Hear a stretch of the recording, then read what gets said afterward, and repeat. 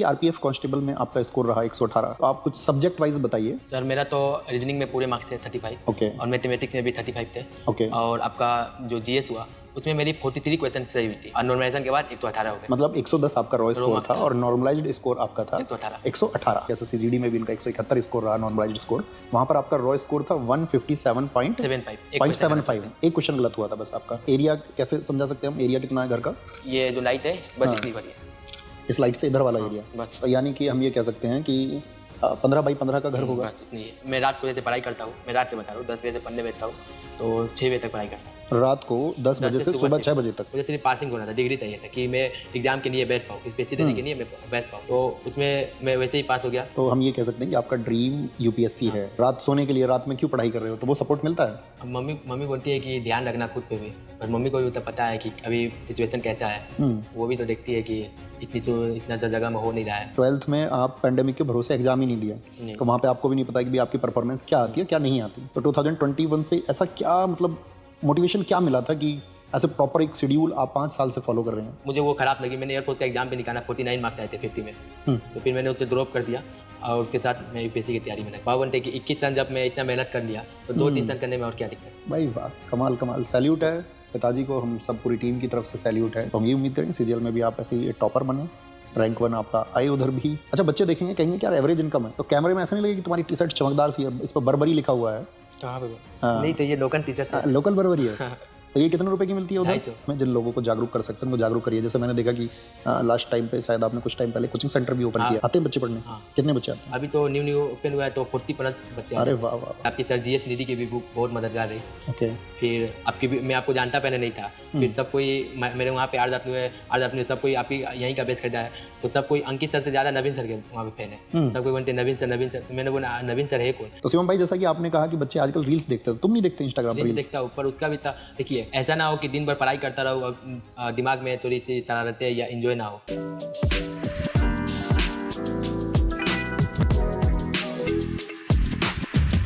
प्यारे साथियों नमस्कार, आज हम आपको मिलवाते हैं अपने छात्र शिवम चौधरी से। और शिवम चौधरी भाई को सारे लोग जानते हैं कि अभी लास्ट टाइम एसएससी जीडी में इनका ऑल इंडिया रैंक 1 आया था और इनका स्कोर वहां पर रहा था 171.27 आउट ऑफ 160 और पूरे देश में पहला स्थान इनका था। और आज मिलवाने का उद्देश्य इनसे ये है कि इस बार का जो आपका आरपीएफ कांस्टेबल का अभी स्कोर आया है उसमें इनका स्कोर है 118 स्कोर है आउट ऑफ 120 और इनसे ज़्यादा स्कोर किसी का नहीं है, तो सबसे ज़्यादा स्कोर इन्हीं का है।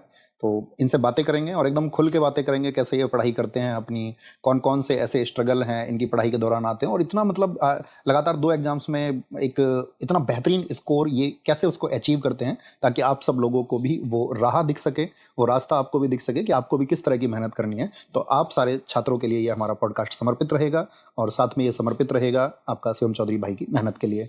तो शिवम भाई पहले बताइए कि आप कहाँ रहते हैं? नमस्कार, मेरा नाम शिवम चौधरी। सर मैं आपका पश्चिम बंगाल के कोलकाता के नॉर्थ 24 परगना, उत्तर 24 परगना डिस्ट्रिक्ट का रहने वाला हूँ। वहाँ का फेमस एरिया है भाटपारा, जगद्दल भाटपारा। हाँ, भाटपारा का रहने वाला हूँ। तो घर में कौन कौन है? घर में पापा है, मम्मी है और भाई है, बहन है, फिर और मैं हूँ। पापा जी क्या करते हैं?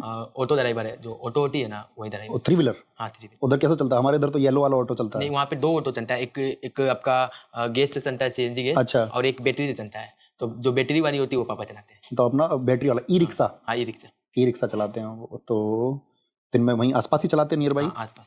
तो शाम को घर आ जाते होंगे। और मदर? मम्मी घर पे रहती है। मम्मी गृहिणी है। तो फिर तो हम ये कह सकते हैं भी चैलेंजेस हैं इसमें। तो मैं ये चाहूँगा कि मतलब मैं बहुत ज़्यादा सवाल ना करूँ और आप खुल के बता पाएँ, तो मैं आपको बस बता दूंगा कि हम किन चीज़ों के बारे में बात करना चाहते हैं। तो जैसे कि आरपीएफ कांस्टेबल में आपका स्कोर रहा 118, तो आप कुछ सब्जेक्ट वाइज बताइए कि सब्जेक्ट वाइज मतलब ऐसा होता है 35 और 50, तो इसमें मतलब क्या क्या आपका स्कोर रहा? सर मेरा तो रीजनिंग में पूरे मार्क्स थे 35। ओके। और मैथमेटिक्स में भी 35 थे। ओके। और आपका जो जीएस हुआ उसमें मेरी 43 क्वेश्चन सही हुई थी। ओके। तो हुए थे 113 मार्क्स। ओके। ठीक है, 60 क्वेश्चन गलत थी तो 110 हुए थे और नॉर्मलाइजेशन के बाद 118 हो गए। मतलब 110 आपका रॉ स्कोर था और नॉर्मलाइज्ड स्कोर आपका था 118। तो मतलब अभी जैसे हमने अभी रिपीट भी किया था कि एसएससी जीडी में भी इनका 171 स्कोर रहा नॉर्मलाइज्ड स्कोर, वहां पर आपका रॉ स्कोर था 157.75। एक क्वेश्चन गलत हुआ था बस आपका। तो मैं ये चाहूंगा जो ये हमारे साथी छात्र देख रहे हैं तो आप इन्हें बताइए कि मतलब इतना स्कोर आप कैसे अचीव कर लेते हो, क्या पढ़ाई करते हो? मतलब सबसे पहला मेरा क्वेश्चन रहेगा, कितने घंटे पढ़ते हो दिन में? सर हमारी सोसाइटी ऐसी है कि दिन में पढ़ने का एकदम मौका नहीं मिलता, क्योंकि बाहर के आवाज़ वगैरह से पढ़ने का मौका नहीं मिलता। ओके। जैसे पढ़ने में तो थोड़ी दिक्कतें आती है। क्या क्या दिक्कतें आती हैं? दिक्कतें जैसे हुआ कि घर के बगल में ही रोड है, तो गाड़ी की आवाज़, कंडक्टर एरिया है, और उसके साथ हुआ फिर कोई प्रोग्राम हो जाता है, कोई का बर्थडे हुआ, शादी हुआ, तो डीजे वगैरह बजती है। पूजा हुआ, डीजे वगैरह बजती रहती है। और छोटी सी घर है, मतलब इतनी बड़ी घर है यहाँ से, इतनी बड़ी, तो उसमें क्या होता है कि मतलब एरिया कैसे समझा सकते हैं हम? एरिया कितना है घर का? तो इधर वाला एरिया बस, तो यानी कि हम ये कह सकते हैं कि 15x15 का घर होगा। बस इतनी है। उस 15x15 के में आपका किचन भी है? हाँ, सब वही है। वॉशरूम भी है? रहने का भी उसी में है? ओके। तो होता क्या है कि जैसे भाई है, बहन है, तो बहन तो बड़ी हो रही है, तो घर छोड़ के बाहर तो जाएगी नहीं, घर ही में उसको रहना होगा। भाई है, तो दोपहर में, दिन में पढ़ाई नहीं हो पाता है। तो दिन में क्या करते हो फिर तुम? दिन में जैसे जो काम हुआ, जो घर का काम हुआ, या कुछ भी जो पर्सनल काम हुई, जैसे बताओ ना, मतलब क्या क्या काम? जैसे सुबह मैं रात को जैसे पढ़ाई करता हूँ, मैं रात से बता रहा हूँ, 10 बजे से पढ़ने बैठता हूँ, तो 6 बजे तक पढ़ाई करता हूँ। रात को 10 बजे से सुबह 6 बजे तक? 8 घंटे। ओके। कभी कभी ये ज़्यादा अगर प्रेशर रहता है तो वो 6 से 8 भी हो जाता है, मतलब 10 से 10 घंटे भी हो जाते हैं। फिर उसके बाद 6 बजे से मैं मुँह हाथ धोकर, अगर ऐसा होता है कि भाई ग्राउंड जाता है तो अगर फ़ोन कर दिया हमको तो उसके साथ मैं ग्राउंड चल जाऊँगा। ठीक है, अगर फ़ोन नहीं आता, ग्राउंड पे क्या करते हैं हम? ग्राउंड जाते हैं तो ये लोग, इन्होंने एक एकेडमी ओपन किया है, बेरोजगार फाइटर एकेडमी। ओके। ठीक है, तो ये बच्चों को ट्रेनिंग करते हैं। फिर से बताइए एक बार, क्या नाम है? बेरोजगार फाइटर एकेडमी। बेरोजगार फाइटर एकेडमी। Okay okay. तो इसमें बच्चों को ट्रेन करते हैं, एकदम बिल्कुल फ्री ट्रेन करते हैं।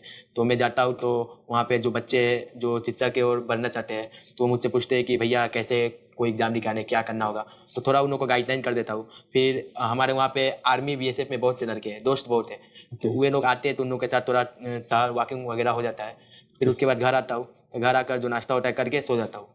8 बजे से, 8 या 8:30 बजे से 4 घंटा, 12-1 बजे तक सो जाता हूँ। फिर 1 बजे उठूँगा, खाना वाना खाऊंगा, नहाऊंगा 2, 2:30-3 बजे की। ठीक है, उसके बाद फुटबॉल खेलने की थोड़ी शौक है। ओके। फुटबॉल खेलने थोड़ी जाते हो। उधर वेस्ट बंगाल में फुटबॉल का क्रेज भी है बहुत। हाँ, क्रेज भी है। तो 5-6 बजे तक वहीं पे खेल हो जाता है। फिर घर आऊँगा, घर की अगर कुछ काम होती है, घर की काम, प्रेस वगैरह होकर दोस्तों के साथ थोड़ी बातें, मतलब जो मेरी पर्सनल है, जैसे इंजॉयबल जो होता है। अच्छा, दोस्तों में मतलब सिर्फ दोस्तों से बात या सहेली से भी बात होती है? नहीं, सिर्फ दोस्त, यही सहेली नहीं है कोई? यही लोग के साथ ही मैं दिन भर रहता हूँ। सही बोल रहे हैं ये कैमरे के पीछे के दोस्त बैठे हुए हैं तो हम उनसे वेरीफाई भी कर रहे हैं। हाँ, विशाल यादव। दोस्ती की कसम खाओ, ऐसा ही है? चलो ठीक है। तो इन लोग के साथ ही मैं ज़्यादा टाइम वेस्ट मतलब स्पेंड करता हूँ। फिर अगर वहाँ पे 9 बजेंगे तो पापा खाना खाकर आया तो पापा आके देखेंगे पेन इनके घर के पास कि शिवम है कि नहीं। अगर वहाँ पे रहते हैं तो इनको बोलेंगे कि विशाल इसको घर छोड़ देना टाइम से, तो ये मुझे घर ड्रॉप कर देता है, पास ही में घर है। थोड़ा अंधेरा रहता है ना उधर, तो थोड़ा डरावना लगता है। तो भाई डरावना क्यों? मतलब लाइट्स वगैरह नहीं है? बहुत अंधेरा है। उस रात के समय जिस तरफ मैं मतलब एक दोस्त के घर पे सोने जाता हूँ, क्योंकि अपने घर में होती नहीं है, तो दोस्त के घर पे सोता हूँ, तो वहाँ पे थोड़ी अंधेरा है। नहीं, मुझे एक चीज़ बताइए आप। आपने शेड्यूल बताया अपना, और शेड्यूल ये कितने टाइम से आप इसको फॉलो कर रहे हैं शेड्यूल को? मैं 2N क्लास पास किया था तभी से, 2021 से। 2021 से आप इस शेड्यूल को फॉलो करते हैं, रात में पढ़ते हैं और दिन में सोते हैं। अच्छा, तो यहाँ पर एक बात सोचने की है। आप कह रहे हैं कि आप कहीं और सोते हैं, कहीं और सोने जाते हैं, तो अभी सोना भी दोस्त के यहाँ कितने सालों से शुरू किया, किसी और के यहाँ? पहले तो मैं इसी के घर पे सोता था 2021 से। और उससे पहले? उससे पहले अपने ही घर में। उससे पहले तो मैं 2N क्लास में था, तो इतनी तैयारी, मतलब इस सब पे फोकस ही नहीं थी। अच्छा, 12th में कैसे स्टूडेंट थे आप? 12th में मेरी 10 में मेरी 71% आई थी। उसके बाद मैंने प्योर साइंस लिया। ओके। तो इसमें मेरी सही बताऊँ तो कोरोना के वजह से पास हो गया। अच्छा, पढ़ाई नहीं की थी? नहीं, पढ़ाई की थी लेकिन एग्जाम नहीं हुआ हम लोग का। ओके, हाँ, 12th का एग्जाम नहीं हुआ था पैंडेमिक के टाइम पे। फिर उसके बाद मैंने आपके 2N के बाद मैंने कॉमर्स लिया। साइंस छोड़ के कॉमर्स लिया, क्योंकि साइंस लेकर फिर कम्पिटिटिव एग्जाम में इतना अच्छा इसको थोड़ा ज़्यादा प्रेशर पड़ा था। कॉमर्स इसलिए लिया कि कॉमर्स का अटैच थोड़ा मैथमेटिक्स, थोड़ा कैलकुलेशन टाइप का है, तो इससे ये बेनिफिट होता था कि एग्जाम के 1 महीना पहले भी मैं थोड़ा पढ़ता था, क्योंकि वहाँ पे मुझे परसेंटेज लाने की जरूरत नहीं थी, फर्स्ट नहीं, मुझे सिर्फ पासिंग होना था, डिग्री चाहिए था कि मैं एग्जाम के लिए बैठ पाऊँ, यूपीएससी देने के लिए मैं बैठ पाऊँ। तो उसमें मैं वैसे ही पास हो गया। तो हम ये कह सकते हैं कि आपका ड्रीम यूपीएससी है, और जैसे कि इतनी जटिलताएं हैं, आप बताते हो कि भाई रस एरिया है, आप रात को पढ़ते हैं, तो मतलब घर में ऐसा नहीं होता कि कोई ये बोलता होगा कि उल्टा काम क्यों कर रहे हो? नहीं, रात सोने के लिए रात में क्यों पढ़ाई कर रहे हो? तो वो सपोर्ट मिलता है? अब मम्मी बोलती है कि ध्यान रखना खुद पे भी, और मम्मी को भी तो पता है कि अभी सिचुएशन कैसा है, वो भी तो देखती है कि इतना जगह में हो नहीं रहा है। तो 10 बजे तक सब सो जाते होंगे? हाँ, 10 बजे तक। तो उस टाइम पे तुम्हारी पढ़ाई शुरू होती है? तो लाइट वगैरह ऑन करते हाँ होगे? लाइट उसमें तो बाकी सबको सोने में दिक्कत नहीं होती? वो तो मैं दोस्त के घर पे रहता हूँ, क्योंकि अपनी फैमिली सो जाती है तो दोस्त के घर पे आप रात को, हाँ आपने हाँ। बताया आप दोस्त के घर हाँ जाते वहीं पे हो, पढ़ता हूँ। तो उनकी तो क्या है दोस्त कि कौन है दोस्त का जिनके घर नाम आप जाते हैं, उनका नाम लीजिए? प्रेम महतो, कमलेश महतो। प्रेम महतो और कमलेश महतो, दोनों भाई हैं क्या? हाँ दोनों भाई है। अच्छा, उनकी फैमिली उनकी सपोर्ट करती फैमिली है? गाँव पे रहती है। ओके। हाँ और वो लोग के 4 कमरे हैं, तो एक छोटी सी बहन रहती है, तो वो एक कमरे में छोटी सी बहन है भाई, और एक कमरे छोटी में सी बहन मतलब उनकी बहन है। अच्छा अच्छा, हाँ, जैसे कितनी एज होगी उनकी? 15 होगी। हाँ मतलब वही वो भी थोड़ी वहीं पर बहुत पढ़ाई करती हाँ है? पढ़ाई भी करती है, थोड़ी बहुत काम वगैरह भी कर देती है। तो वो 15 साल की है, तो वो वहीं पे पढ़ती है और वहीं पे सो जाती है। तो ठीक है। महतो जी आपके साथ स्कूल में पढ़ते थे? कौन? महतो जी जिनके घर आप जाते हैं? नहीं, जो प्रेम महतो है हाँ। वो हमसे बहुत सीनियर है, और जो कमलेश महतो है वो हमसे 3 इयर्स जूनियर है। मतलब ओके। एक घर के पास रहता है, एक दोस्ती टाइप का हो जाता है। फिर उन लोग की जीडी की एग्जाम थी, तो मैंने बहुत हेल्प की। ओके। पहले मैं भाई के पास सोता था उनके हाँ। घर, पर उनका घर क्या था कि ठंड के टाइम में ठीक था, आदमी सो जाता था, गर्मी के टाइम में थोड़ी दिक्कतें आ जाती है। तो फिर मैं बोला कि नहीं, हाँ मेरे वजह से आप लोग को भी दिक्कत होगा तो सही नहीं है, तो मैं चेंज कर लिया। ओके, तो वो लोग मतलब बहुत सपोर्टिव हैं। सपोर्ट करते हैं। तो ये तो बहुत कमाल बात है कि हमारे हिस्से में बहुत कम लोग आते हैं जो मतलब घर से कई बार सपोर्ट मिलता है, लेकिन एक आउटर सपोर्ट मिलना ये बहुत बड़ी बात होती है जी सर। कि वो भी आपके ड्रीम को अपना ड्रीम समझते हैं। ऐसे लोग वो ये समझते हैं कि यार ये बंदा कामयाब होगा तो हमको खुशी होगी, और सर। अभी उसमें मतलब अपनी कामयाबी ढूंढते हैं और खुद को कामयाब हम मानते हैं। जी सर। तो बहुत हम भी थैंकफुल हैं ऐसे लोगों के लिए। हम हमेशा कहते हैं कि आप सपोर्टिव रहिए, कि आपके परिवेश में, आपके आसपास नज़दीक में ऐसा कोई व्यक्ति है जिसको आप सपोर्ट करके आगे बढ़ा सकते हैं। तो बहुत सारे लोगों के सपने होते हैं, बहुत सारा संघर्ष होता है जिसके चलते वो अचीव नहीं कर पाते हैं बहुत सारी चीज़ों को, तो आप हमेशा सपोर्टिव बनिए। अच्छा, अभी एक बात बताइए कि मतलब आप 3 भाई बहन हैं, जो आपके भाई हैं वो छोटे हैं, आपसे छोटे हैं, वो कौन सी क्लास में पढ़ते हैं? अभी 10 के एग्जाम देंगे। 10th के एग्जाम देंगे।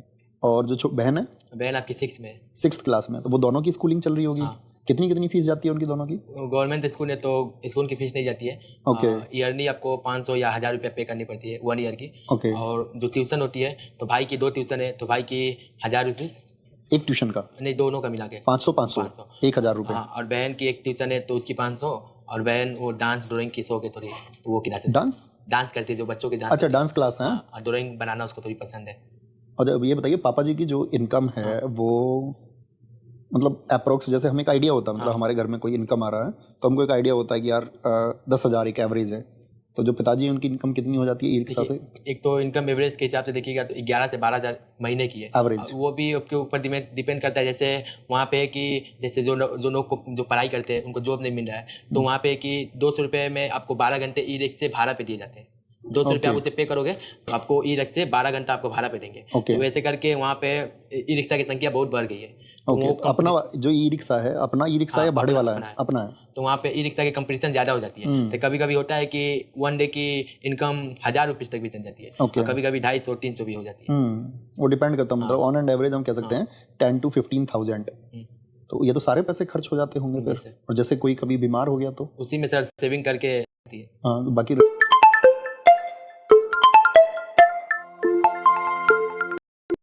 बाकी रिलेटिव्स हैं जो हेल्प करते हैं? मासी थोड़ी सी हेल्प करती है। ओके। और मौसी पास में ही रहती हैं? तो मतलब ये बताइए मुझे कि आप कह रहे थे कि भाई कोरोना टाइम पे, मतलब 10th में भी हमने देखा, जैसे तो हम ये कह सकते हैं 10th में आपका जो CGPA है वो एवरेज CGPA है। 12th में आप पेंडेमिक के भरोसे एग्जाम ही नहीं दिया, तो वहाँ पे आपको भी नहीं पता कि भाई आपकी परफॉर्मेंस क्या आती है क्या नहीं आती। तो 2021 से ऐसा क्या मतलब मोटिवेशन क्या मिला था कि ऐसे प्रॉपर एक शेड्यूल आप 5 साल से फॉलो कर रहे हैं, लगभग हम 4 से 5 साल इसको बोल सकते हैं, तो ऐसा मतलब क्या किक क्या आया था? हुआ क्या था सर कि जैसे लॉकडाउन का टाइम था, तो हमारे बाजू में एक भैया रहते हैं, तो उन्होंने मुझसे पूछा कि क्या करेगा। ओके। 12 में 75 मार्क्स तो आ गए हैं, करेगा क्या? तो मैं ऐसे ही बोला कि IAS IPS के बारे में कुछ जानता नहीं था, तो मैं जस्ट उनको बोला कि IAS बनूंगा। तो वो बोले कि हमारे डिस्ट्रिक्ट के, हमारे कोलकाता से कोई बना नहीं है, आप क्या बनोगे? अच्छा, कोलकाता से कोई IAS नहीं है? उन्होंने कहा। अच्छा अच्छा, कोलकाता से नहीं, आपके जो मेदिनीपुर डिस्ट्रिक्ट हुए, बीरभूम से, उधर से बनी हुई है। उन्होंने कहा कि आप क्या बनोगे, तो थोड़ी सी खराब लगी। उन्होंने कहा कि एयरफोर्स का आप एग्जाम दो, इतनी अच्छी हाइट है, फुटबॉल खेलते हो, पढ़ने में भी अच्छे हो, एग्जाम हो जाएगा। तो मुझे वो खराब लगी। मैंने एयरफोर्स का एग्जाम भी निकाला, 49 मार्क्स आए थे 50 में।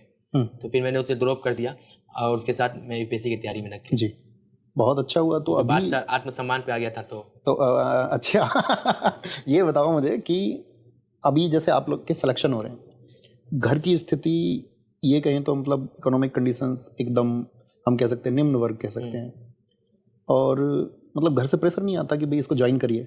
प्रेशर आता है सर, तो पर एक भरोसा भी होता है, मम्मी पापा का भरोसा है। क्या क्या बोलते हैं पापा पहले बोलते हैं कि आया है करेगा, फिर बोलते हैं कि तुम्हारा ऊपर है, तुमको जो अच्छा लगे वो करिए। मतलब ऐसा नहीं है कि जैसे कई प्रेशर बार ऐसा ऐसा होता है नहीं स्टूडेंट्स के साथ में कि उनके अंदर क्या होता है कि योग्यताएं बहुत होती हैं, वो बहुत अच्छा कर सकते हैं, लेकिन कई बार फैमिली प्रेशर या फिर मतलब घर की ज़रूरतों की वजह से भी कई बार सरेंडर करना पड़ता है, और जो स्पार्क हमारे अंदर है कुछ बेहतर करने का, वो दब जाता है।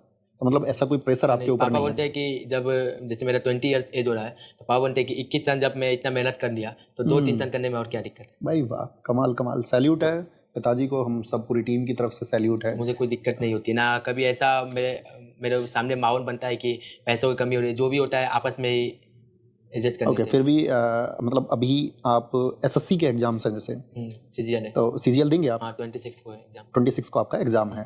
कहाँ सेंटर गया है? वहीं पे कोलकाता में, और ताकि सब कोई हमारी हमारी जो कंट्री है, हमारी जो मतलब जो जगह पे हम लोग रहते हैं, वहाँ पे पढ़ाई के मतलब एकदम जीरो है, जीरो जैसा है। अगर उन्हें अगर संसाधन सही नहीं मिला तो वो लोग क्या करेंगे, जूट मिल में काम करेंगे या ई रिक्शा चलाएंगे या छोटे छोटे दुकान में काम करेंगे। बिल्कुल।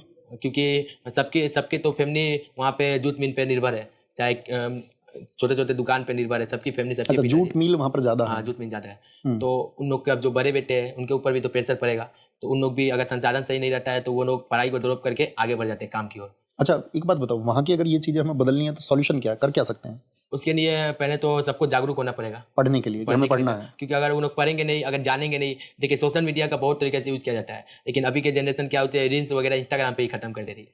जो जितनी मस्ती की चीज़ हो रही है उसे ही देख रहे हैं लोग, तो Okay. वो तो आगे की ओर बढ़ ही नहीं पाएंगे कि आगे क्या है, हमें अपनी अपनी जगह को बदलना कैसे है, वो तो जान ही नहीं हाँ, पाएंगे। तो मतलब मैं ये चाहूँगा आप ये कि जैसे आप सेलेक्ट हो जाएंगे, तो आप अपने साथ में जिन लोगों को जागरूक कर सकते हैं उनको जागरूक करिए। जैसे मैंने देखा कि लास्ट टाइम पे शायद आपने कुछ टाइम पहले कोचिंग सेंटर भी ओपन हाँ किया मैंने था। जैसे हमारे वहाँ पे है कि मैथ और रीजनिंग की क्लासेस सब जगह मैथ और रीजनिंग की क्लासेस होती वो है। किस टाइम पढ़ाते हैं आप फिर? वो आपको 12 बजे से 1 बजे के बीच खत्म। दोपहर में? हाँ 12 से 2। और किसी दिन आप लेट तक सोते रह गए, मान के चलो नहीं 1 ऐसा बजे नहीं आँख होता, खुला? आदत हो गया है, 3 घंटे 4 घंटे इनफ हो जाते हैं। जिस दिन पढ़ानी होती है तो हफ्ते में 4 दिन क्लास चलती है, तो जिस दिन पढ़ानी होती है तो उस दिन ग्राउंड नहीं जाता हूँ। आते हैं बच्चे पढ़ने? हाँ। कितने बच्चे आते हैं? अभी तो न्यू ओपन हुआ है तो 40+ बच्चे आ अरे जाते हैं। वाह वाह वाह, वेरी धीरे गुड। वहाँ पे क्या है कि जैसे जितने भी कोचिंग सेंटर है वहाँ पे लोग आपको मैथ और रीजनिंग को पढ़ाते हैं, ठीक है, जीके कोई पढ़ाता नहीं है सही से। Okay. जीके वहाँ पे जितने भी बच्चे आपको जीडी लेवल के मिलेंगे, अग्निवीर हुए, जीडी मिली है, Okay. उससे हाई लेवल की कोई तैयारी करने, कोई क्या मतलब माइंड में उतना सेटअप बना नहीं है कि आगे की ओर बढ़े, तो वो लोग जीडी तक ही। और हमारे एरिया में जितने भी मतलब अगर सिलेक्शन रेशियो देखा जाए तो हर घर में आपको एक फौजी मिलेगा ओके। वहाँ पे। तो मैं ये जानना चाहूँगा आपसे कि जब आपने कॉम्पिटिटिव एग्जाम की तैयारी की तो आपका मैथ्स, कॉम्पिटिटिव मैथ्स कैसा था? क्योंकि रीजनिंग तो सब समझ सकते हैं, और जीएस और मैथ कैसा था, पहले ये बात पूछते मेरा हैं। तो उल्टा ही हुआ, मैथ तो मुझे समझ आती थी, जीएस समझ में नहीं आती थी। Okay. क्योंकि समझ नहीं आता था कि जैसे मिसिंग नंबर है तो सीरीज वगैरह हुआ तो उसमें समझ नहीं आता था कि अच्छा, रीजनिंग में? हाँ, पहले समझ नहीं आती थी कि ये आया कैसे, कभी प्लस होता है, कभी माइनस, कभी इंटू होता है, मल्टीपल भागा होता है, स्क्वायर होता है, कुछ समझ में नहीं आती थी। मैंने सोचा कि इसलिए कॉम्पिटिटिव एग्जाम, सरकारी नौकरी पाना बहुत मुश्किल होता है, पहले मेरे अंदर यही डाउट चलती थी। फिर धीरे धीरे मैंने ड्रॉप कर दिया। मैं एक मैम के पास पढ़ता था, प्रिया सिंह नाम है, उनके पास ही मैंने अपनी बचपन की मेरी पहली टीचर वही थी। ओके। मैंने मतलब कदम उठाया तो उन्हीं के साथ, ठीक है, और आज भी वो मेरे साथ है, ठीक है। वो अभी ट्रेजरी ऑफिसर के पोस्ट पे स्टेट पीसीएस निकाली है हमारे वहाँ का। तो उनके पास मैं कंपटीटिव पढ़ने जाता था, तो रीजनिंग हमको समझ नहीं है, मैं वहाँ पे ड्रॉप कर दिया। मैं बोला मुझे कुछ समझ नहीं आ रही, मैं साइंस ही पढ़ूंगा, मैं इंजीनियरिंग वगैरह करूंगा, मुझे समझ में नहीं आती है। फिर इंस्टाग्राम पे रील्स वगैरह आते थे, इसमें क्वेश्चन आते थे, क्वेश्चन बनी, फिर मैंने ज्वाइन किया उनके पास अच्छा खासा समय वहाँ पे दिया, तो मेरी रीजनिंग अच्छी खासी पकड़ बन गई। और जितनी जरूरत पड़ी संदीप सर की वीडियो देखी, वहाँ से रीजनिंग पकड़ हो गई। फिर मैथमेटिक्स भी मेरा एज होगी पिताजी की अभी? 42-3 के ना। इतना जल्दी, मतलब जूट मिल में कुछ एज क्राइटेरिया बना रखा है या उन्होंने स्वैच्छिक रूप से रिटायरमेंट ले लिया? नहीं, हुआ क्या था कि थोड़ी डॉक्यूमेंट प्रॉब्लम थी, जिसकी वजह से वो रिटायर हो गए। ठीक है। तो उसके बाद मेरा जीके की ओर इंटरेस्ट बनने लगा। फिर आपकी सर जीएस निधि की भी बुक बहुत मददगार रही। फिर आपकी भी, मैं आपको जानता पहले नहीं था, फिर सब कोई मेरे वहाँ पे आर्ज सब कोई आपकी यहीं का बेस खरीदा है, तो सब कोई अंकित सर से ज्यादा नवीन सर के वहाँ पे फैन है। सब कोई बोलते नवीन सर। तो मैंने बोला नवीन सर है कौन, मैंने वीडियो देखी तो मुझे अच्छी लगी। तो मैंने तो वो बेस परचेज नहीं किया था। वहाँ पे क्या कि कोई बच्चे मतलब 400-500 की बेस आती है तो वो लोग लगातार बेस परचेज कर लेते हैं, तो 1-2 बेस मुझे भी मिल जाती थी। बहुत बढ़िया, ये सबसे अच्छा यही तरीका है जो शिवम भाई ने बताया। कितनी मेहनत इन्होंने की, आप समझ रहे हैं, कितना अप्रोच किया है। तो बाकी सब्जेक्ट अगर हम बात करें आपका, हमने मैथ की बात कर ली, रीजनिंग तुमने बता दिया उल्टा था, जीके के लिए तुमने बता दिया, जीके जीएस के लिए आपने क्या मेहनत किया। और जैसे कि आप बंगाल से हैं तो आपने पिछली बार जीडी भी दिया होगा, तो हिंदी भी पढ़ा होगा। हिंदी तो हिंदी और इंग्लिश दोनों पढ़ते हो? हाँ, इंग्लिश सर, हिंदी तो सिर्फ जीडी में था आपका, और इंग्लिश के लिए सर सीपीओ का एग्जाम था और एमटीएस थी। सीपीओ दिया था आपने? हाँ, 185 मार्क्स थे। अरे वाह वाह वाह, बहुत उसके बाद सर फेस टू के एग्जाम दिए, 195 थे उसमें। 195, बहुत बढ़िया। तुम सब जगह रैंक 1 लेके आओगे। उसने वो विदाउट नॉर्मलाइजेशन थे, चेक नहीं किया कि नॉर्मलाइजेशन के बाद कितने हुए, क्योंकि मैं यहाँ इतना आना नहीं चाहता था, क्योंकि अगर जॉब नहीं ले रहा हूँ तो आने का कोई मतलब नहीं था। पर क्या हुआ था कि जीडी वाले जो इस बार की रिजल्ट निकली थी, तो पिछले बार में मेरा 159 मार्क्स था, 159.83। तो सब लोगों ने कहा था कि इजी पेपर आ सकता है, लेकिन इस बार का पेपर बहुत हार्ड है, इतनी मार्क्स नहीं आ सकते। तो उन्हें उसे फेक बताया जा रहा था। तो एक की वजह से जितनी भी मेरी अचीवमेंट है सबको फेक बताया जाए तो खुद से खराब लगती है, कॉन्फिडेंस भी बहुत खराब लगता है। इसलिए बोला कि नहीं सर से पहले मिलूंगा, मैं उन्हें बताऊंगा। नहीं, एफर्ट देखिए लगाना चाहिए सब लोगों को। आपने जो मेहनत की है उसके बारे में पता कैसे चलेगा आपको कि आप कहाँ कितनी मेहनत कर रहे हैं। दरअसल में बहुत सारे बच्चे सोचते हैं कि यार ये एग्जाम निकाल के सीट खराब कर देते हैं। दरअसल में सीट खराब करना ये बच्चे का फेलियर नहीं है ना, बच्चा ये चाह रहा है। ये तो गवर्नमेंट को देखना चाहिए कि ठीक है, जिन लोगों ने ज्वाइन नहीं किया है तो उनके लिए एक विदाउट लिस्ट जारी करके उन लोगों को, निचले वालों को जॉब दे दें। तो ये बच्चे का इशू नहीं है, किसी एप्लीकेंट का इशू नहीं है। ये इशू है उस भर्ती बोर्ड का जो उस एग्जाम को कंडक्ट कराए, उसको ध्यान रखना चाहिए। ठीक है, कि बच्चे को तो मौका मिलना चाहिए ना कि वो जितना भी प्रयास करके जितनी मेहनत करता है तो उसके रिजल्ट्स कैसे आए वो उसको देखने का हकदार है, और हर जगह देखने का हकदार है। तो बाकी तो मैंने खुद देखे हैं आपके रिजल्ट। अभी मैंने बैठने से पहले कहा कि पहले आप पहले जब हमारी तो बात हुई थी तो मैंने कहा पहले अपना रिजल्ट चेक कराओ आप, क्योंकि कई बार ऐसा होता है ना कि यार कहीं ऐसा तो नहीं है कि फैब्रिकेटेड है। कई बार ऐसा होता है कि यार एक काम कर लेते हैं बैठ के और बुला लेते हैं। और कई बार ये भी सिनेरियो तुमने देखा कि बहुत सारी जगह, मतलब कहना नहीं चाहिए, ऐसा हुआ कि यार किसी ने किसी को मतलब पैसे देके, उस तरह की चीजें भी होती हैं, बहुत होती हैं। तो मतलब तुम्हें कैसा लगता है यहाँ आके, क्योंकि तुम दूसरी बार आए हो? हाँ, दूसरी सर, यहाँ पे तो पहला नंबर बात है कि कोई भी टीचर या स्टाफ में किसी में भी 0% ईगो नहीं है। मतलब ऐसा होता है कि ईगो रहता है, इतनी जगह पे जाकर बात करने का तरीका एकदम चेंज नहीं है, एकदम सब भाई की तरह मेरा आदर किए। रोहित भाई ने भी बहुत हेल्प किया, कोई भी खाना वगैरह हुआ तो भाई ने वहाँ ऊपर पहुँचा भी दिया, साथ में बैठा के। रोहित बड़ा ना? हाँ, रोहित साथ में खाना खिलाया, फिर सुबह में ग्राउंड लेकर गए क्रिकेट खेलने के लिए। तो यहाँ पे आने सर फैमिली जैसा लगता है। यहाँ पे 3 दिन के लिए आओ, 4 दिन के लिए लगता है कि यहाँ पे 1 महीना रह के जाओ।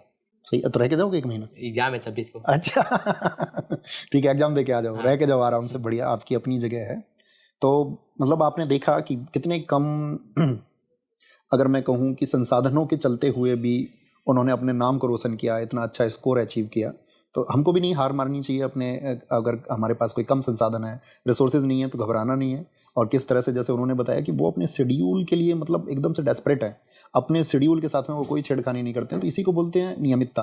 आपके शेड्यूल में रेगुलरिटी होनी चाहिए और एक सतत परिश्रम लगातार जब आप करेंगे वो आपको थकाएगा भी, कई बार आप हताश भी होंगे, लेकिन एक दिन नतीजे आते हैं और जो मुस्कुराहट पैदा करते हैं। तो शिवम भाई, जैसा कि आपने कहा कि बच्चे आजकल रील्स देखते हो, तुम नहीं देखते इंस्टाग्राम पर रील्स? देखता हूँ, पर उसका भी देखिए, ऐसा ना हो कि दिन भर पढ़ाई करता रहो, दिमाग में थोड़ी सी शरारतें या एंजॉय ना हो, तो फिर ऐसे भी बोरिंग हो जाएगा जिंदगी।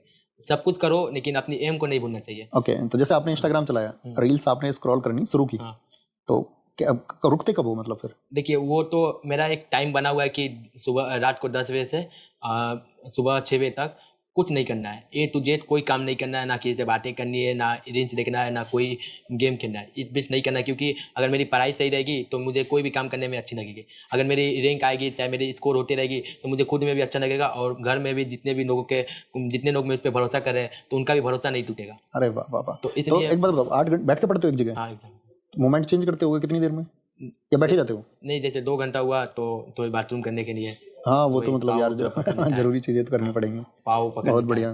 तो सुबह जब सब उठते होंगे तब तुम सोते होगे, और जब सब सोते हैं तो तुम पढ़ाई करते हो। बोलते हैं जब दुनिया सोती है तो वो जाग के अपने सपनों को साकार करने के लिए मेहनत कर रहे होते हैं। शिवम भाई उन्हीं में से एक हैं। उम्मीद करेंगे आप बहुत सबक ले रहे होंगे इनकी, इन सब बातों को आप भी फॉलो करेंगे।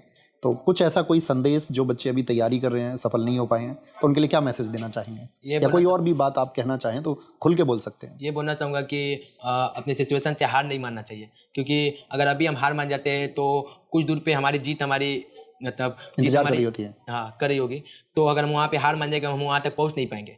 और ऐसा नहीं है कि भगवान हमें अगर बनाए है तो हमारी कुछ काम नहीं होगी, क्योंकि जो गंदे पानी होते हैं वो भी कभी कभी आग बुझा देते हैं। तो बिल्कुल, वाह! हम लोग इस दुनिया में आए हैं तो हमारे कुछ जिम्मेदारी है, और ऐसा ना करना है कि हमारे मम्मी पापा या हमारे गुरुजन, हमारे दोस्त, हम उस पे भरोसा करते हैं कि ये ऐसा करेगा, तो उनकी भरोसा को ही कायम रखना है। उनकी अगर भरोसा, किसी की अगर भरोसा टूट रही है तो वो सबसे बड़ी गुनाह मानी जाती है। तो इसलिए उसकी भरोसा को भी आगे रखते हुए